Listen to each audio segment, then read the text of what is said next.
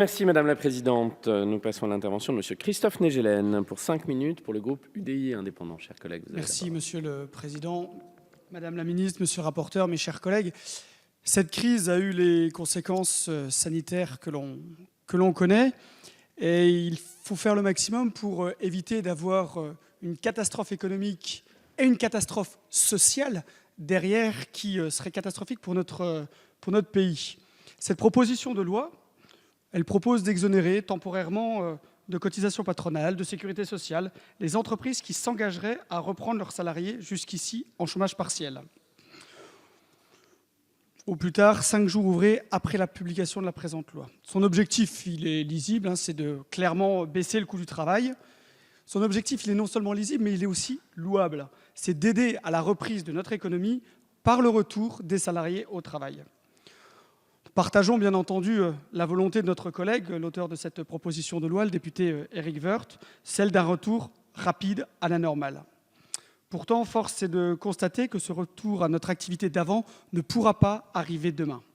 Les conséquences économiques de la crise sanitaire vont être lourdes, et pour les limiter, il faut accompagner chacun des acteurs qui composent notre société.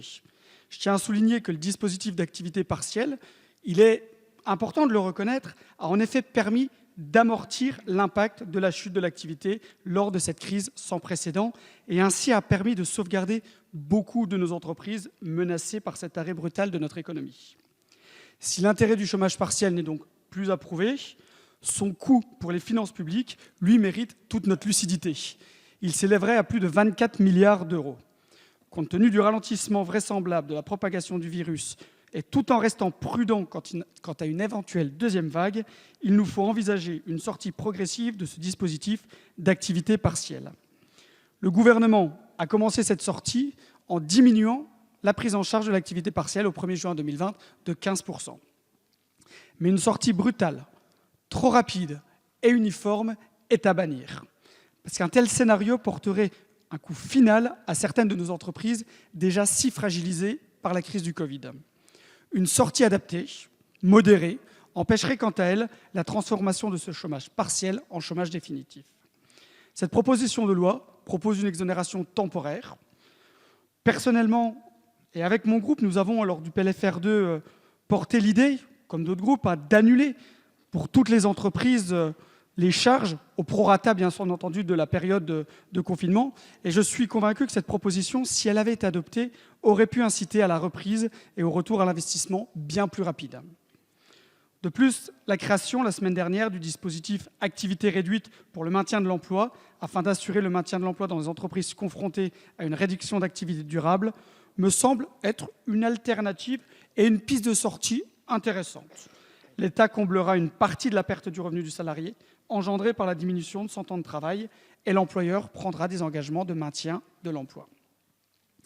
Je regrette un peu que les mesures proposées par cette PPL soient offertes indifféremment aux entreprises, quelle que soit leur situation, alors que la diversité des situations appelle à des aides différenciées et adaptées.